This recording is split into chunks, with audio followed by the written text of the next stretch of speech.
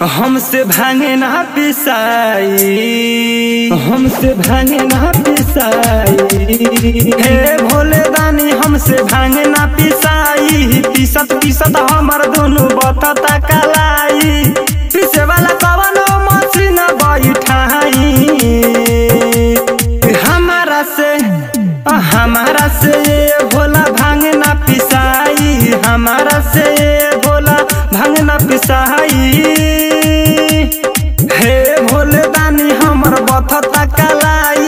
पीसे वाला कवनो मशीन बैठाई।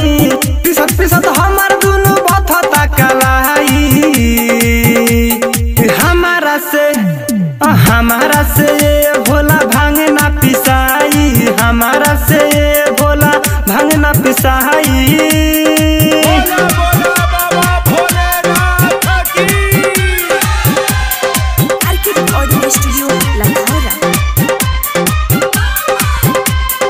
हमारा से भोला भांग ना पिसाई। हमारा से भोला एक बैठल पी गईनी दू चार चिलम रौरा है। कहतनी औरी पिहावे गौरा, पिहावे गौरा, पिहावे गौरा। एक बैठल पी गईनी दू चार चिलम रौरा है। कहतनी औरी पिहावे गौरा। जाइना भोला जाके मिसरी चबाई। हमारा से भोला भांग ना पिसाई। हमारा से भोला भांग ना पिसाई।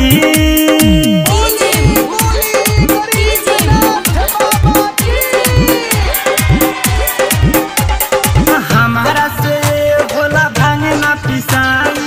हमारा से भोला मोतीलाल जय रौरा दर पे है आइल बारे। संजय समरिया सुनी कहत बारे, कहत बारे, कहत बारे। मोतीलाल अजय रौरा दर पे आइल बारे। संजय समरिया सुनी कहत बारे। अवधे सुपेंद्र के जिंदगी चमकाई। हमारा से भोला भांग ना पिसाई। हमारा से भोला भांग ना पिसाई। हे भोले दानी हमर बतता कलाई। पीसे वाला कवनो मशीन बैठाई। पीसत पीसत हमर दुनु बतता कलाई। हमारा से भोला भांग ना पिसाई।